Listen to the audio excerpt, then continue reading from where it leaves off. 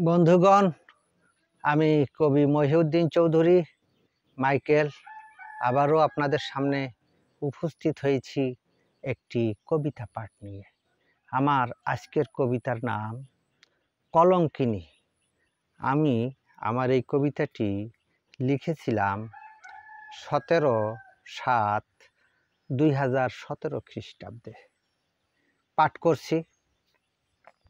কত মেয়ে নারী পতিতার কাজ করে, কেউ টাকার তরে, কেউ বা সুখের তরে। যৌবনকালে ওরা যৌনকর্মী সুদর্শিনী, বয়সের ভারে বদলে হয় মক্ষীরানী। কত পুরুষে ওদের দেহ ভোগ করে, অল্প সময়ের জন্য ক্ষণ সুখের তরে।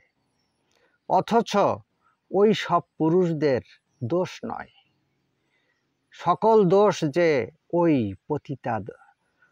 পতিতাদের হয়।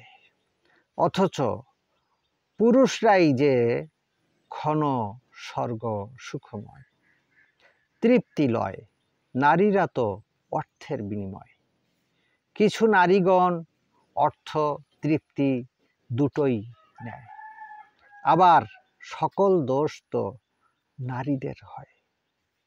পতিতা বা ধর্ষিতাগণ ধরা না পড়লে সর্বদা থাকে যে সতী নারীর আদলে।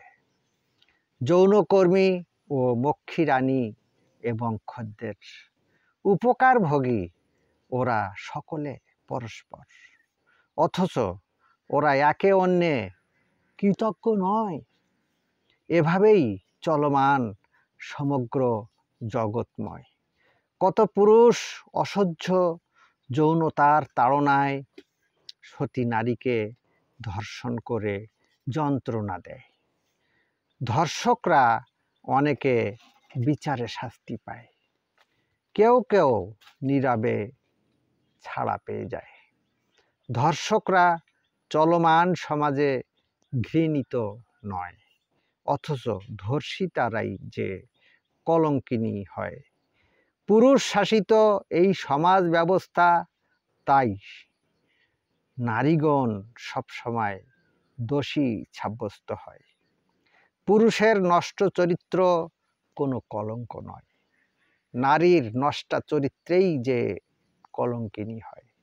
পুরুষের নষ্ট চরিত্র কোনো কলঙ্ক নয়, নারীর নষ্টা চরিত্রেই যে কলঙ্কিনী হয়। আমার এই কবিতাটি যদি আপনাদের ভালো লেগে থাকে তাহলে দয়া করে আমার ইউটিউব চ্যানেলটি সাবস্ক্রাইব করে লাইক, কমেন্ট, শেয়ার দিয়ে পাশে থাকার অনুরোধ রেখে সবাইকে শুভেচ্ছা, শুভকামনা, অবিরাম অন্তহীন নিরন্তর পথ চলা। ধন্যবাদ।